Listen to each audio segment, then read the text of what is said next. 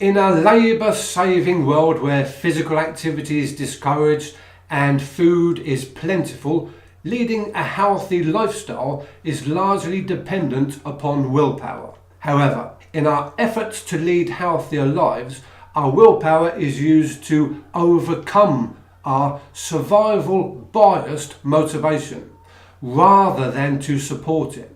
The use of motivation in this way forces us into a problem-focused approach to behaviour change, whereby we assume the patient to be motivated away from the problem. The currency of change for such problem-focused approaches is advice, which we can understand as being the sum of information plus persuasion.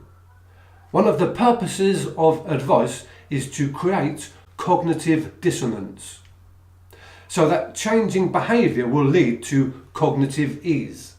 However, we know that telling people what to do is not only ineffective, but it actually reinforces resistance to change. What's more, this approach generates negative emotions and language, activating a chemical reaction that drives avoidance and ensures resistance to change, a natural function of the brain. The marshmallow test gave us the concept of hot thinking and cool thinking, also known as the go system and the no system, where hot thinking is emotional, subconscious, limbic system activity.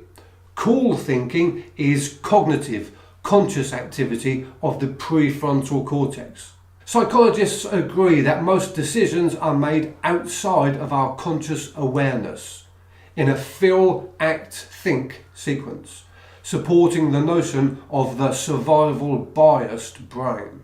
In reality, this sequence often presents as feel, think, act, but regardless, in evolutionary terms, it's always emotion that comes first. It's this emotional feeling of motivation that must be overcome by cool thinking willpower.